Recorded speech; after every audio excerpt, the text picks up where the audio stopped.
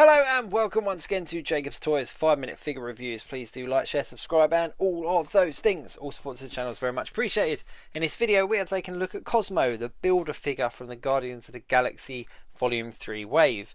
Now I've assembled all of the pieces from all of the figures. You can check out the 5-minute figure reviews over on my channel to see which part comes with which figure. But I'm just going to put it together on this video. Count down 5 minutes and let you know what I think. First things first, there's a lot of articulation in this figure, and it's going to be relatively big. I was a little bit concerned when I first heard that COSMO was going to be the builder figure because I thought that they might have undersized him and it would be quite small.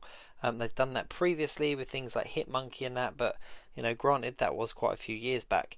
However, this is a relatively decent sized builder figure. It's not the mammoth, great big kind of Venom Pool kind of builder figure, but it does tie in with the theme of the wave, and I'm pleased that they've done a full wave of figures and done a builder figure that ties in with it. Are there going to be characters in the film that could have been a better builder figure? Quite possibly. I think if I'm being totally honest, they could have done COSMO and Rocket as a 2-pack, because COSMO isn't quite the size of a normal figure and Rocket is definitely not the size of a normal figure. Now I've taken these off and just heated them up a little bit because they are quite stiff to get on. So I've heated each of the legs up and they just pop on nice and easily now. I think I'm putting these in the right place. So you've got the bigger legs at the front, bizarrely enough, because there's more jacket there, and then the smaller legs at the back. But there's a lot of detail in it. So you've got 4 points of articulation in each leg. You've also got articulation there in the torso, in the neck, in the head, and of course in the tail as well. But yeah, he's going together relatively well.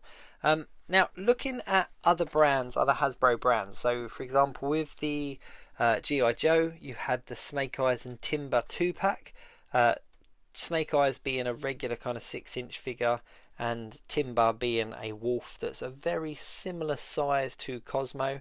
I think that they could have put him in as a 2-pack. They could have very easily done this as a 2-pack with one of the other figures. Now Star-Lord in this wave does not come with a builder figure piece, which is a little bit cheeky because he's obviously one people are going to buy because you're going to need Star-Lord to lead up the team. And I think it would have been a nice touch if they'd maybe put COSMO and Star-Lord together as a 2-pack as opposed to a single release figure with no builder figure piece and this as the builder figure. But then what would they have done as the builder figure?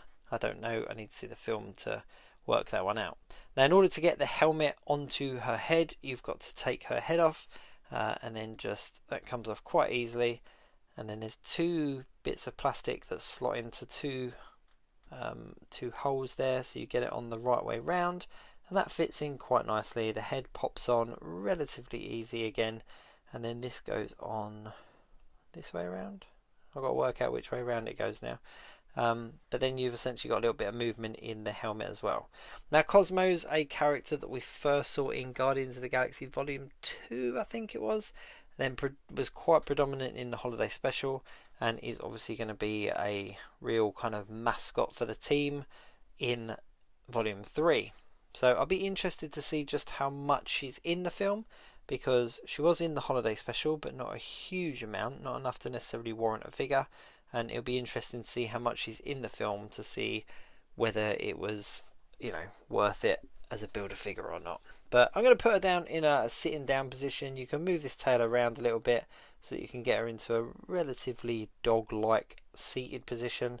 I mean, I've got to have a proper play around with those legs and kind of get them into a good position. But if I just sort of sit her like that, that is shelf worthy. It kind of works.